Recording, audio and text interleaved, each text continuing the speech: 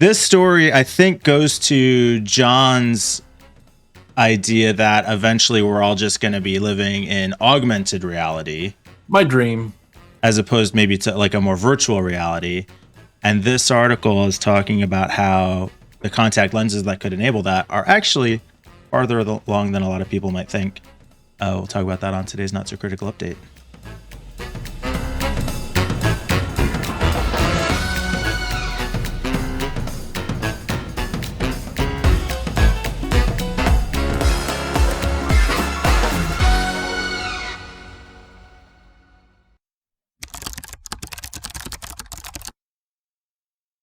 I thought of you when I saw this, John. I was like, yep. This is what John's talking about. The thing I'm imagining right now regarding lenses, contact lenses, is the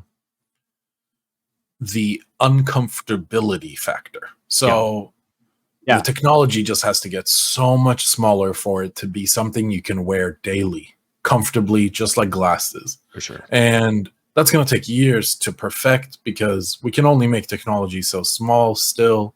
There are some physics-related limitations that people way, way, way smarter than me are working on to solve.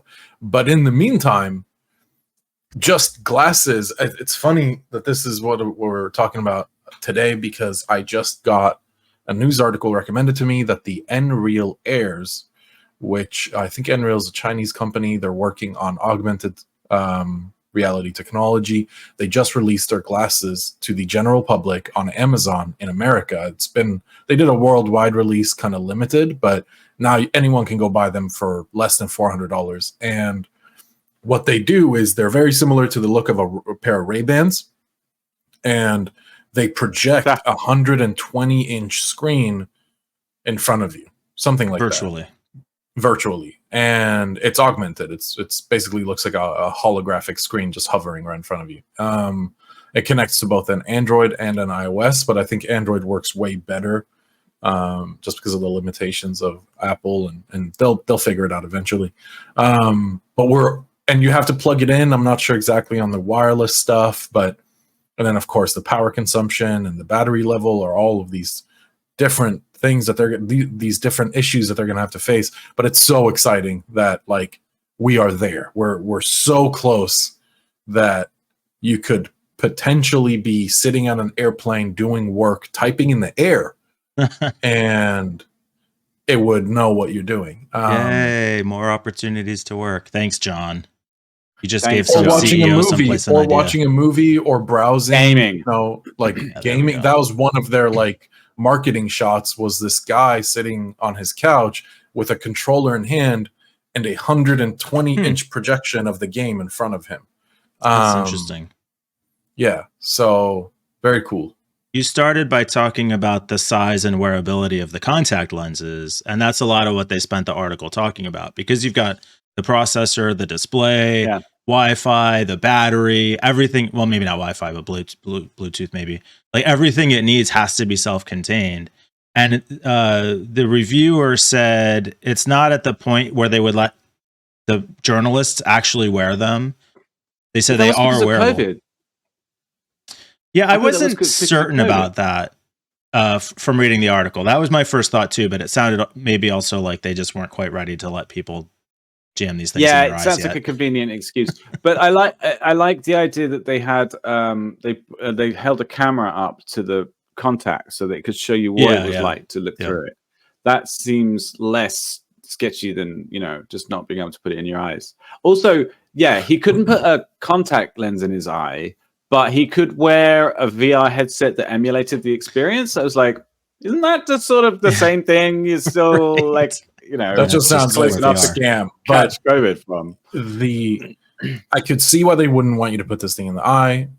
One, it's a risk, right? Like it's probably thick and there's sharp edges, and you don't want to cut. Well, no. The CEO put it in his eye. Oh, apparently. Interesting. It wasn't like a non-working version, but no. I'm not saying that it's not working. I'm just saying maybe the risk involved of letting these journalists. Maybe, like not non-working, but also not ready for sale. not ready for even trials. Like it sounds like they're doing independent, like internal trials. Like the CEO trusts it enough to put it in their eye, but a random journalist who's going to turn around and sue them because he's blind in one eye because a fucking processor blew out. Like, but you signed a waiver, but I can't see. Okay. Okay. I'm not sure how that was done up in court. They showed how the journalist could look through it. They mounted it, and then the journalist could hold it up to their eye. But even here, you can see there's some extra space here that's not part of the actual lens. I wouldn't want to put this thing in my eye. I'm looking at it like I'm not ready. It'd be like those Michael Jackson contact lenses from Thriller. Yeah, that's what I was thinking. People do wear those. Have you heard of any of that, John? Did I just... No. Oh yeah. Cool. Yeah, you got a little cool. baby here. So I had a little conversation about this on the Twitters. And, wait, who's Michael Jackson? I know. Yeah. Thriller was like such a huge deal too, but that was like, what's Thriller? So long ago. The first. So I posted it and on Twitter, and a comment from Steve was that these will be my comment was, is it bad that it's bad that the first thing I thought is this is just going to present more opportunities for tracking. Correct. And they're probably already working with ad tech companies to fund it. And someone said, well, this is one step away from a hideous nightmare. This is like full on dystopian. What was the exact comment? Like William Gibson type dystopian future.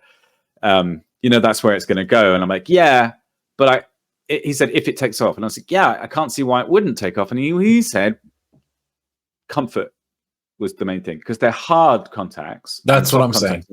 If they can figure out a way to make it almost unnoticeable, similar to where you forget the glasses are on your face, you start looking for them, I'm cool with that. But we started off with hard contacts in the like in the glasses world, right? Mm-hmm. Sure. And then soft contacts came along, and now they're the mainstream. They're the normal thing. I don't wear contacts myself, but Peter, how does this increase the security or privacy risk over just walking around with your phone all the time? Because it'll be able to see what you're looking at. If it has a camera. Track. It will. I'm sure. I mean, if you get to the point where you're talking about augmented reality, it would have to. But our phones also, well, no, it would have sensors for depth. It doesn't need cameras for that. Might include cameras, just because, like Peter's saying, why wouldn't they? But, in a future where at this point, the argument can be said for the present, where our phones were used to map our surroundings. Just my phone sitting here, it has two cameras facing up and down. No matter the way I have it flipped, it is always looking, supposedly. So, researchers a few years ago showed that you can map someone's entire house just through their phone. Just through their phone's cameras. You can get a complete picture of everything around them just from them carrying their phone around. So this is the same thing. It's just a rehashed argument. I'm not disagreeing with the argument, just saying it's kind of old news. Take VR or XR headsets instead of these lenses. Of course, they're going to have cameras. Why wouldn't they? Did John just say privacy is old news? I agree. No, I'm not saying privacy is old news. I'm saying that this specific argument against innovation is very old. Yeah. Well, look, I don't know. I feel like, and this is fairly unsubstantiated, but I feel like power through. If we think that we're like always on, always being tracked now, having something in your fucking eye that is always on and always displaying things, and if it's AR, then it's got to have a camera of some sort, right? It's got to have an overlay that will adapt to its surroundings, I think, almost immediately. Then that's like just stepping up another notch. My brother got an implant recently, by the way, an RFID implant in his hand. He did the thing? He did the thing. Like, he's a cyborg. Work or for what? Probably for verifying things. For like he can rickroll people. He can use NFC to. Yeah, you can pay. Yeah. There's another upgraded version of this chip that you could get implanted, and he's thinking about going for that one. He sent me a link. This is cyberpunk. Go on. Yeah. So he showed me his phone, and he went like this, and then it showed Rick Astley. Amazing. Never gonna give you up. You can program it remotely, and it's fairly basic, but it's still cool. Good for 2FA, right? It was. So he had it done here, this little bit in between the thumb and the forefinger, and apparently it's a really good little spot. And I would touched it, and you could feel a little bump underneath the skin. Yeah, it is. And then he sent me this link, like, I'm thinking about getting this upgrade, and I went to the page, and it's all this like. It's like something out of Cyberpunk. Yeah, that's like you're getting augments. That's you're getting. Cool. This is the new version that supports this extra functionality. You got to upgrade now. Get your implant. That. Like, yeah. To the to go back to privacy. I imagine the greater risk isn't to the privacy Leon, by the way. Of what? I'm just saying hi to my brother. Oh, okay. Hey, Liam. Yeah, and interrupting you because it's always fun. Liam or Leon. Leon. I love that name. If I ever have a son, that's actually the name I'm going to name. We're going to name them. Okay. It's such a good name. After Peter's brother. Right, bro. Congratulations. Definitely not after Peter's brother. No offense, Leon. It's just you have a really good name. Nice. It's Leon. No yeah. No offense, but your name rocks. Yeah. Oh, I think the privacy is the concern. Maybe is not so much the privacy for the wearer as the privacy of everyone that the wearer is looking at. Also true. That argument could be made with smartphones today. That you shouldn't do crazy shit anymore. And most gyms say don't. Cell phones are prohibited in changing rooms. Right. Everybody does it, but the same thing would. I mean, it'd be probably even more true with something like this. Then you are served. So if we mix this with the Nest Nest doorbell video doorbell thing? Ring video doorbells with the contact lenses, where the police could tap into everybody's contact lens video feed. That sounds like an ideal scenario for law enforcement. One way I can imagine they combat this is location-specific overrides, like a bathroom. So in the bathroom, there'll be a NFC or an RFID device of some sort that when you walk in, it basically says you can't record in here. Now, what I'm seeing as I'm saying it is our hackers who figure out how to override the override and still record. If facilities even go that far as to. Well, no, I think it would be legislative, is what I'm saying. Like, you can't record in bathrooms. You can't. So every rec center, pool, community pool in the entire world is going to be mandated to have these things. Not in the world. No, I think it would be country specific or even state specific. That is completely infeasible. Why? There's no way. A device that costs $20 that tells your. First of all, it's not going to cost $20. Why wouldn't it cost $20?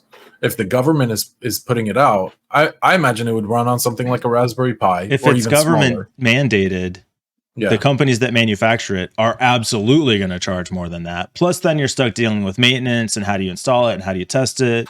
Yeah, that's part of the future. That's a disaster. Mike. Don't be left behind. No, it's never going to happen. All right, Boomer. Yeah, okay, Boomer. You maybe live in a tech area more than this. Like, I'm surrounded by farms. These people are not going to be putting up RFID blockers in any of their businesses. No, I don't think. And then they're going to get fined when someone walks in who's a government auditor and they're like, "Hey, asshole, you're not recording, or you are letting me record." But again, take it a step back. Instead of lenses with cameras, it would be glasses with cameras. This is already being a privacy concern. Yeah, for sure. Facebook Ray-Ban deal. And this was an issue with the Google Glass when it came out. And does it have a light on to show if the camera's on or not? And that piece of advice from the when Meta released their Ray-Ban things was. if you're concerned about someone recording you, just look for the little light in the top right corner of their glasses. Like, so yeah, because nobody could cover that up. That would. Here's something really interesting for you guys. Japan has the craziest problem. Japan has a creeper problem specifically to taking cameras and taking pictures under women's garments. The upskirt shots. The upskirt shots. This became such an issue that the phones in Japan, all smartphones, have to make a camera sound legally. You cannot turn the sound off. Now, years ago, I still have it lying around somewhere. I got my hands on an iPhone 6 from Japan. And it was IMEI blocked, so it was reported lost or stolen. And I bought it for like $20, just to have it as like an iPod device. And I learned this because when I took pictures, I couldn't turn the sound off. And I couldn't figure it out, so I started Googling Japanese phone sound camera, and then I found out that this has been a thing for a long time. It's crazy, and this is one way that you could combat something like this, that when you're recording, you'll have to have a notification sound. Now, it would get fairly annoying if I'm recording a video for 30 minutes, walking through a hill, and it's like, ding, every 10 seconds. So, I don't know. We'll have to... Back to the drawing board, boys. Yeah, it's a fun topic, though. Yeah, it's a fun topic. I love talking exciting about tech. I'd probably do it either way. 100%. Yeah, me too. Fucking hell, I'm getting some of these. I do not like putting things in my eye, but I will get over that for the glasses version, I imagine, would suffice. Eyeball replacement. You know, I'm looking into the future. Sure. I'm trying to see 20 times. You know, like.